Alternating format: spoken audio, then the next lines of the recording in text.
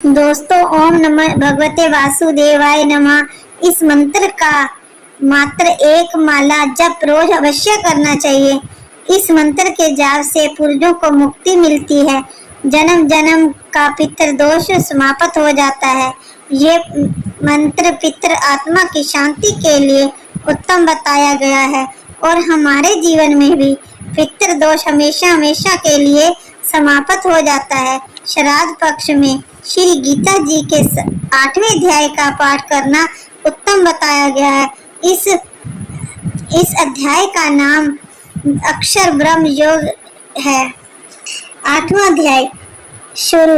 इस प्रकार भगवान के वचनों को ना समझकर अर्जुन बोले, हे पुरुषोत्तम, जिसका आपने वर्णन किया वे ब्रह्म क्या है, अध्यात्म क्या है, कर्म क्या है और अद्भुत नाम से क्या कहा गया है, आदिदेव नाम से क्या कहा जाता है।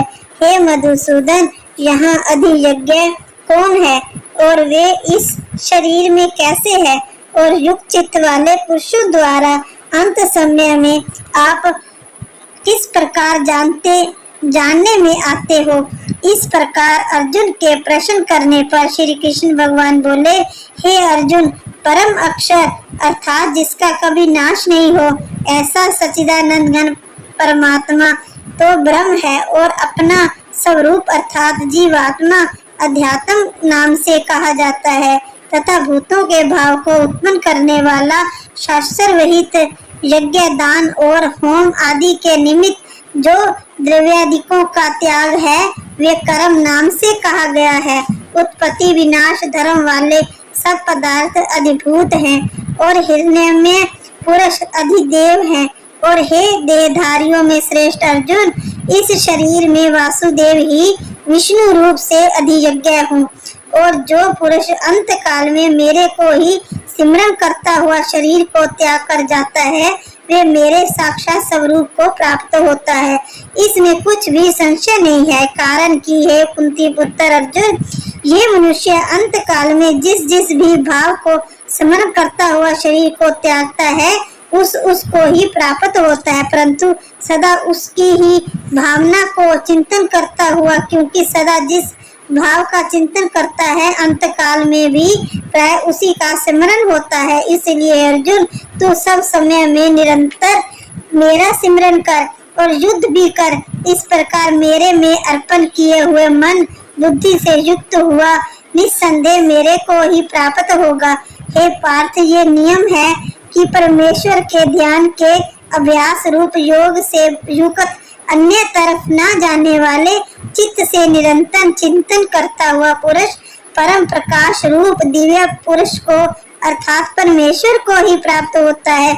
इससे जो पुरुष सर्वज्ञ अनादि सबके नियंता सूक्ष्म से भी अति सूक्ष्म सबके धारण पोषण करने वाले अचिंत्य स्वरूप सूर्य के सदृश नित्य चेतन प्रकाश रूप अविद्या से अति परे शुद्ध सच्चिदानंद घन परमात्मा को स्मरण करता है वे भक्ति युक्त पुरुष अंत काल में भी योग बल से भ्रुकुटी के मध्य में प्राण को अच्छी प्रकार स्थापन करके फिर निश्चल मन से सिमरन करता हुआ उस दिव्य स्वरूप परम पुरुष परमात्मा को ही प्राप्त होता है। हे अर्जुन, वेद के जानने वाले विद्वान जिस सच्चिदानंद घन रूप परम पद को ओंकार नाम से कहते हैं और आसक्ति रहित यत्नशील महात्मा जन जिसमें प्रवेश करते हैं तथा जिस परम पद को चाहने वाले ब्रह्मचार्य का आचरण करते हैं उस परम पद को तेरे लिए संक्षेप में कहूँगा। हे अर्जुन, सब इंद्रियों के द्वारों को रोककर अर्थात इंद्रियों को विषयों से हटाकर तथा मन को हृदय में स्थिर करके और अपने प्राण को मस्तक में स्थापन हुए करके योग धारण में स्थित हुआ जो पुरुष ओम ऐसे इस एक अक्षर रूप ब्रह्म को उच्चारण करता हुआ और उसके अर्थ स्वरूप मेरे को चिंतन करता हुआ शरीर को त्याग कर जाता है वे पुरुष परम गति को प्राप्त होता है। हे अर्जुन, जो पुरुष मेरे में अनन्य चित्त से स्थित हुआ सदा ही निरंतर मेरे को सिमरन करता है वे उस निरंतर मेरे में युक्त हुए योगी के लिए मैं सुलभ हूँ अर्थात सहज ही प्राप्त हो जाता हूँ। वे परम सिद्धि को प्राप्त हुए महात्मा जन मेरे को प्राप्त होकर दुख के स्थान रूप क्षण भंगुर पुनर्जन्म को नहीं प्राप्त होते हैं, क्योंकि हे अर्जुन, ब्रह्मलोक से लेकर सब लोग पुनरावृत्ति स्वभाव वाले अर्थात जिनको प्राप्त होकर पीछा संसार में आना पड़े ऐसे हैं। परंतु हे कुंती पुत्र, मेरे को प्राप्त होकर उसका पुनर्जन्म नहीं होता है, क्योंकि मैं कालातीत हूँ और ये सब ब्रह्मादिकों के लोग काल करके अवधि वाले होने से अनित्य हैं। हे अर्जुन, ब्रह्मा का जो एक दिन है उसको 1000 चौकड़ी युग तक अवधि वाला और रात्रि को भी 1000 चौकड़ी युग तक अवधि वाली जो पुरुष तत्व से जानते हैं अर्थात काल करके अवधि वाला होने से ब्रह्मलोक को भी अनित्य जानते हैं, वे योगीजन काल के तत्व को जानने वाले हैं। इसलिए वे ये भी जानते हैं कि संपूर्ण दृश्य मात्र भूतगण ब्रह्मा के दिन के प्रवेश काल में अव्यक्त से अर्थात ब्रह्मा के सूक्ष्म शरीर से उत्पन्न होते हैं और ब्रह्मा की रात्रि में प्रवेश काल में उस अव्यक्त नामक ब्रह्मा के सूक्ष्म शरीर में ही लय होते हैं।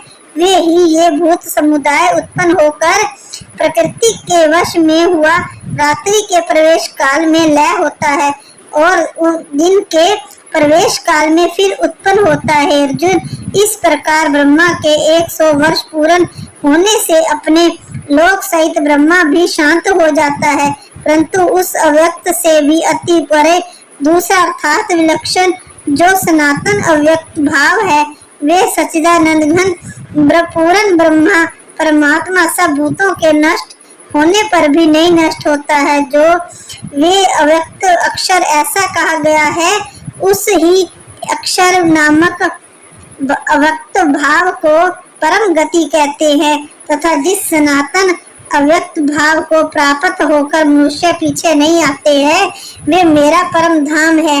और हे पार्थ, जिस परमात्मा के अंतर्गत सर्वभूत हैं और जिस सच्चिदानंद घन परमात्मा से ये सब जगत परिपूर्ण है, वे सनातन व्यक्त परम पुरुष अनन्य भक्ति से प्राप्त होने योग्य है। और हे अर्जुन, जिस काल में शरीर त्याग कर गए हुए योगी जन पीछा न आने वाली गति को और पीछा आने वाली गति को भी प्राप्त होते हैं, उस काल को अर्थात मार्ग को कहूँगा। उन 2 प्रकार के मार्गों में से जिस मार्ग में ज्योतिर्मय अग्नि अभिमानी देवता है और दिन का अभिमानी देवता है तथा शुक्ल पक्ष का अभिमानी देवता है और उत्तरायण के 6 महीनों का अभिमानी देवता है, उस मार्ग में मर कर गए हुए ब्रह्मवेत्ता अर्थात परमेश्वर की उपासना से परमेश्वर को परोक्ष भाव से जानने वाले योगी जन उपरोक्त देवताओं द्वारा कर्म से ले गए हुए ब्रह्मा को प्राप्त होते हैं। जिस मार्ग में दोनों अभिमानी देवता है और रात्रि अभिमानी देवता है तथा कृष्ण पक्ष का अभिमानी देवता है और दक्षिणायन के 6 महीनों का अभिमानी देवता है, उस मार्ग में मर कर गया हुआ काम कर्म योगी उपरोक्त देवताओं द्वारा कर्म से ले गया हुआ चंद्रमा की ज्योति को प्राप्त होकर स्वर्ग में अपने शुभ कर्मों का फल भोग कर पीछा आता है।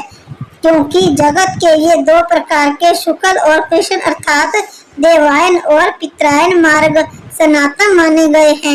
इनमें एक के द्वारा गया हुआ पीछे न आने वाली परम गति को प्राप्त होता है और दूसरे द्वारा गया हुआ पीछे आता है अर्थात जन्म मृत्यु को प्राप्त होता है। हे पार्थ, इस प्रकार इन दोनों मार्गों को तत्व से जानता हुआ कोई भी योगी मोहित नहीं होता है अर्थात फिर वे निष्काम भाव से ही साधन करता है, कामनाओं में नहीं फंसता है।